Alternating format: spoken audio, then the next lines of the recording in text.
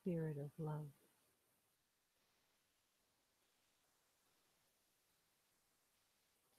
It is the spirit that is love.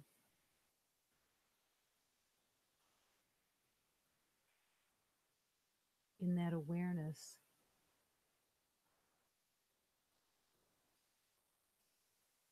you never have to worry that you won't find love. It is your spirit. And as everything is surrendered that is in the temporary, that surrender is just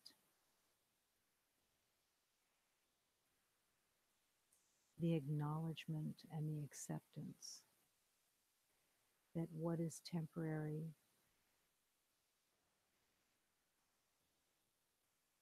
is exactly that. It's a temporary illusion that has no reality.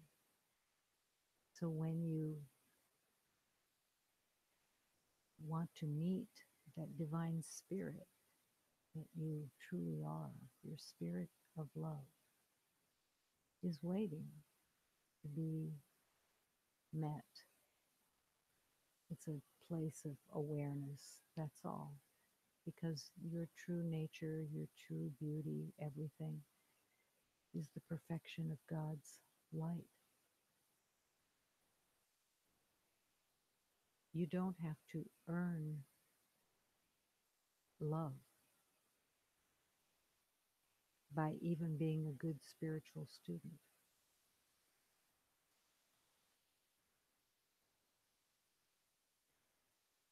The relationship with the student is a blessed gift,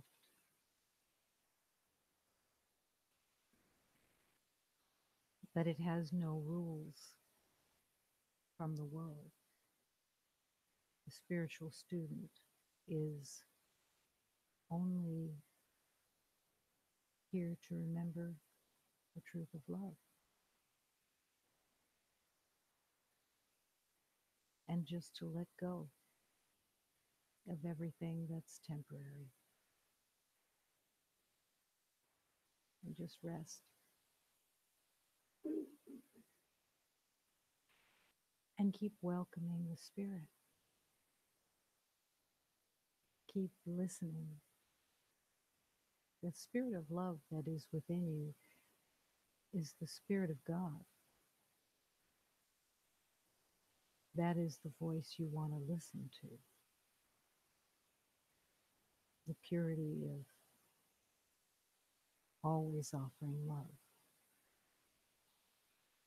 If you hear the voice of love within you, it is because you are open to hear the voice of love within you.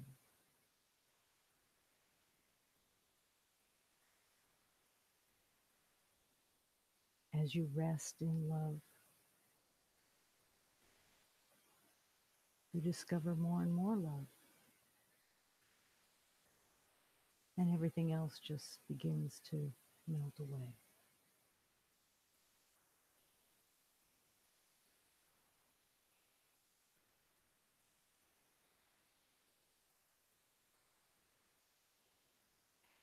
The ego has been tricky as tricky can be by making everything seem different. When you see through the prism of the ego, you see differences. Everything is a different size, a different color, a different purpose, different meaning. And that's the letting go. And just to keep coming back to the permanence of love, of peace, of harmony. If there's nothing else to focus on, just the truth of love.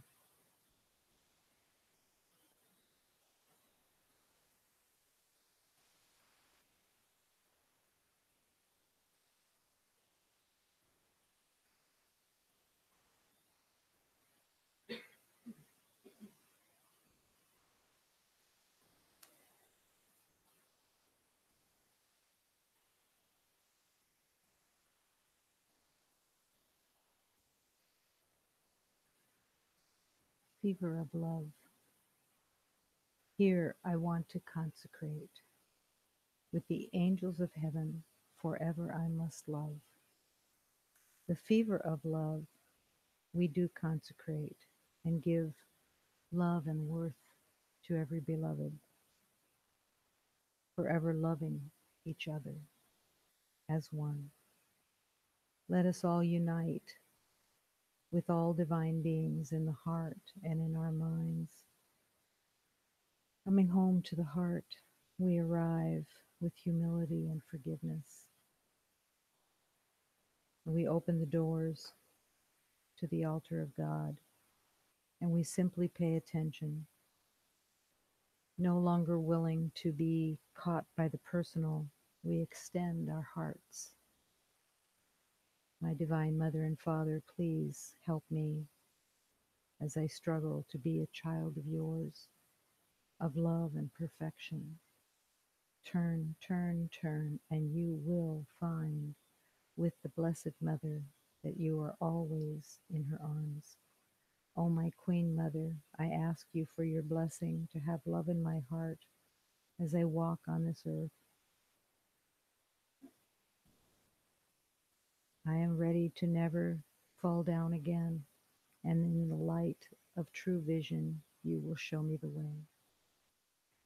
I ask all the angels to help me in this journey of love. I feel joy. I feel joy. I feel joy in my heart. Oh, my Father, I thank you for giving me your hand. You gave me your hand, and it pulled me out of the darkness. My Father, here I give you my life and my heart. I surrender to you to fulfill this purpose. You are the one who holds me as I walk in a world of illusion. You support me and show me the way so that I can move ahead with humility and firmness to bring love to all. It is a time for union, a time for concentration, a time for purifying and of the study of the heart. My Queen Mother, my Holy Mother, be with me always as I walk through this world of illusion.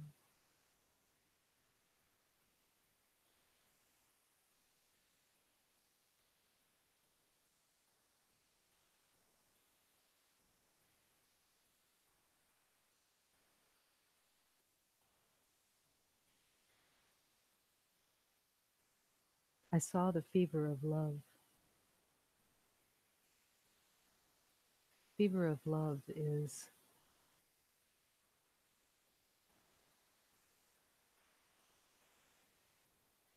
when you're wanting for truth breaks through the resistance, and it's as if a fire begins. And that's the fever of love. It breaks through any resistance when the desire for love, for truth, becomes greater than the resistance. It breaks through. And sometimes when it breaks through, it can have the effect of almost an illness, almost a purging and a burning away of all untruths.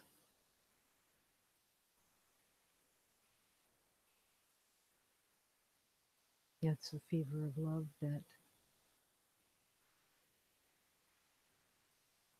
is never to be feared. The fever of love has to be powerful. It has to have the power of the universe in order to dissolve the illusion of battle.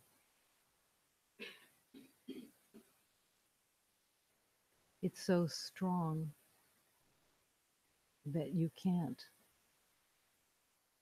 even sense its strength. It's the strength of the universe that loves every beloved and answers the call of love from every beloved.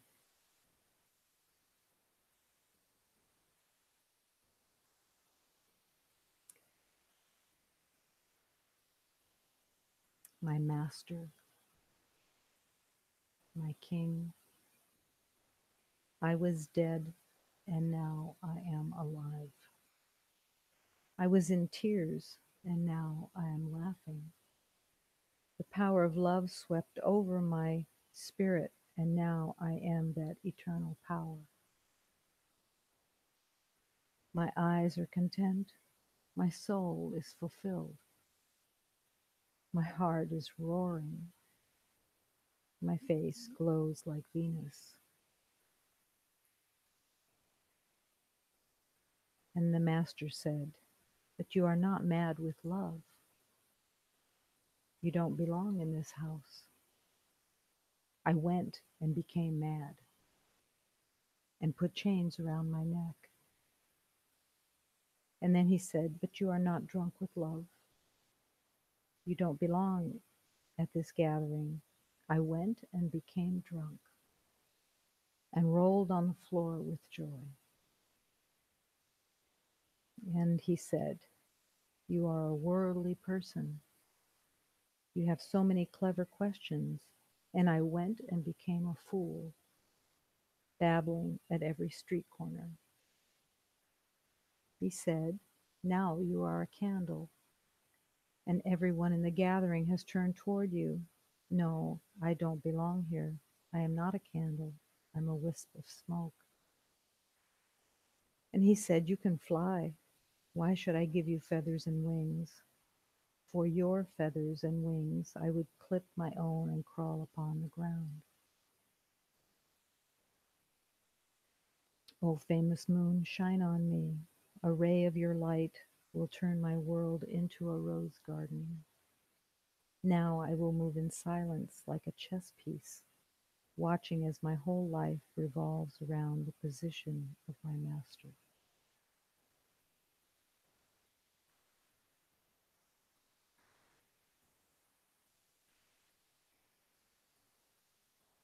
I was dead and now I am alive. That is the reality of love. We go from a place in this world where it feels like death marching towards death. And in the remembering of love, you find the true life that is waiting within.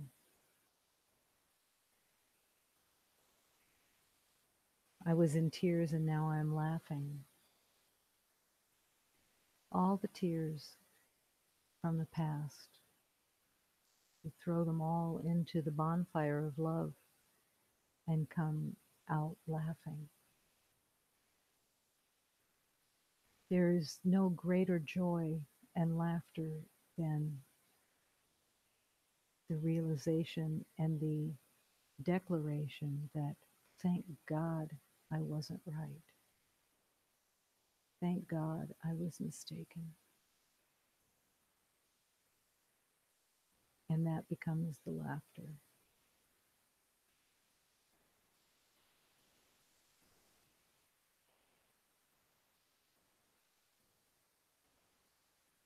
When you think of the world and maybe you don't consciously look at it that way, but it has boundaries everywhere, rules, borders, doors. Everything has boundaries.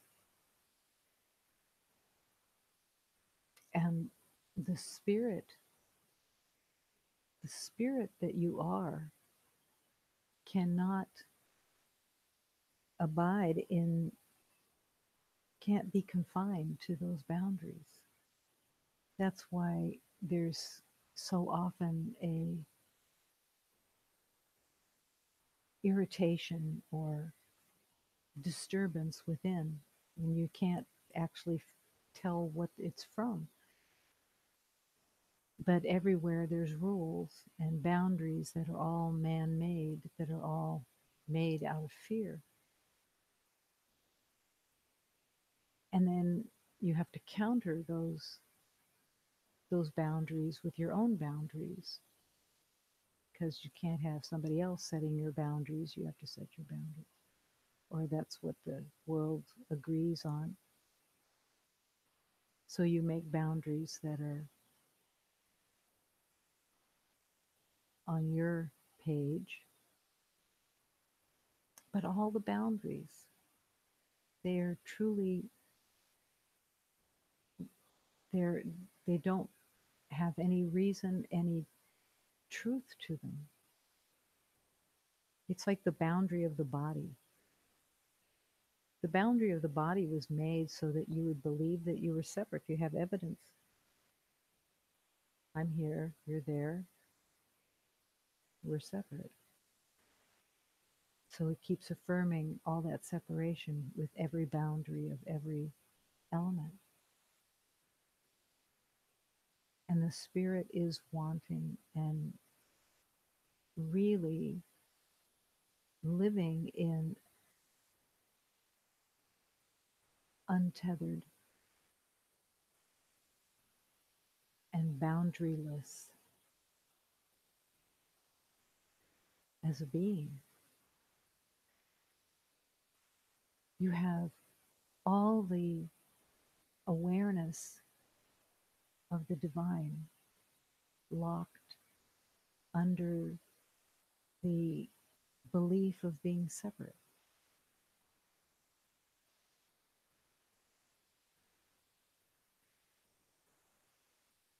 You are not just carrying God. In the truth of love, there's no explanation how you can be God and part of God and carried by God and reflected in God. But there is no separation. Everyone is the reflection, the carrier, the child, the truth of God.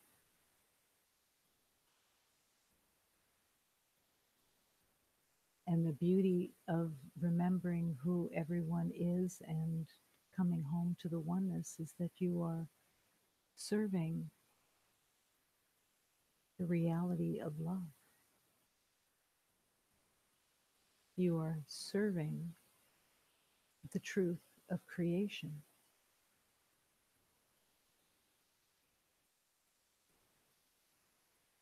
It's not too much to be the beloved carrying the healing of creation. It's wearing it as the honor and perfection that's calling to you.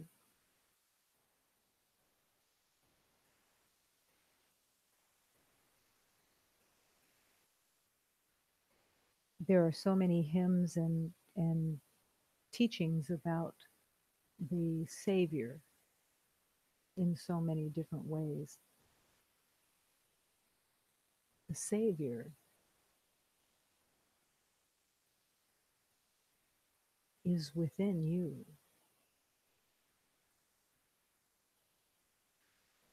As we called Jesus a Savior, it belied every word that he spoke. He spoke of everyone being the Savior. He spoke of everyone being the love of God.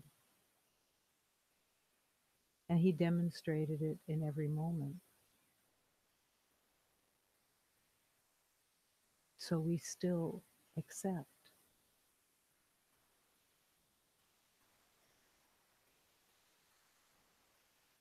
that we are the saviors that show up for everyone, not in a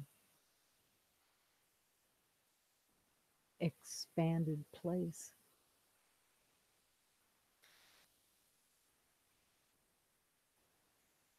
The saviors of the world are the ones who tick everybody else off.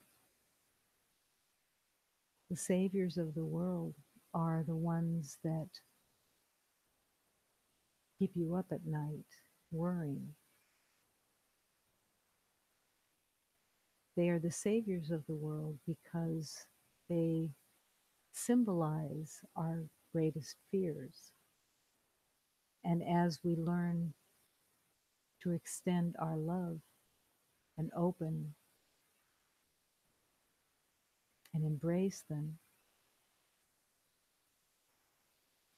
we're saved from fear because we see the truth.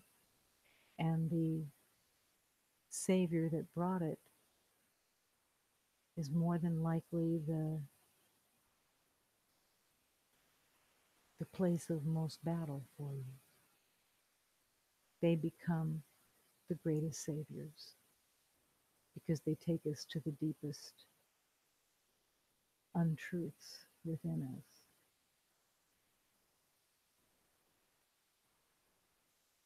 When the question is asked, who comes to your mind when you think of the person that would be the hardest to ever forgive? When someone comes to your mind, that's the Savior. Because as you accept that beloved in their perfection, in their innocence, in their holiness, in their eternal self,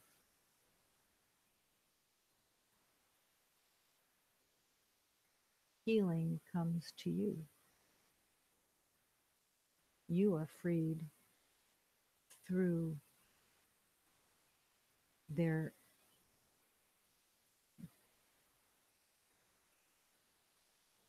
battle.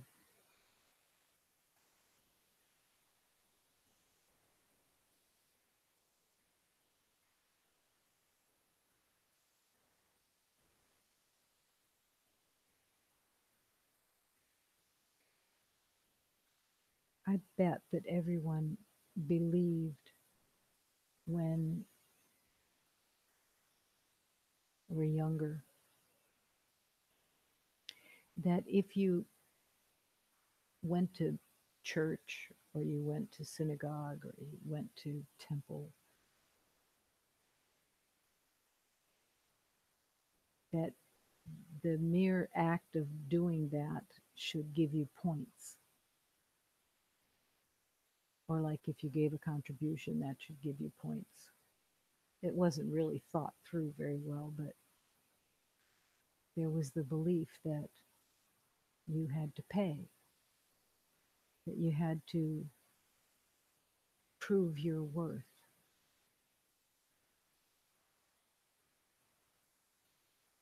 And it is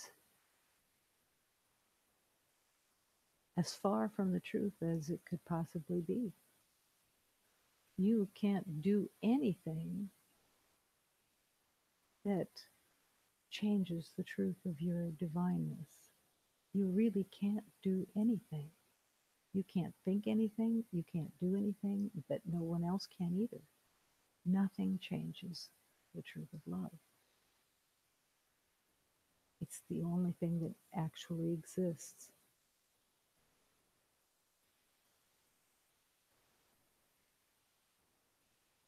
So, this willingness to, I went and became mad and put chains around my neck.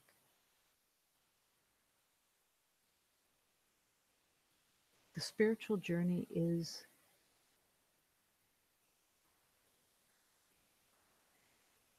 calling every beloved to take a leap of faith because that's where it all begins and ends. Trusting. Trusting that love is the truth of who you are, trusting that there are no enemies and no death.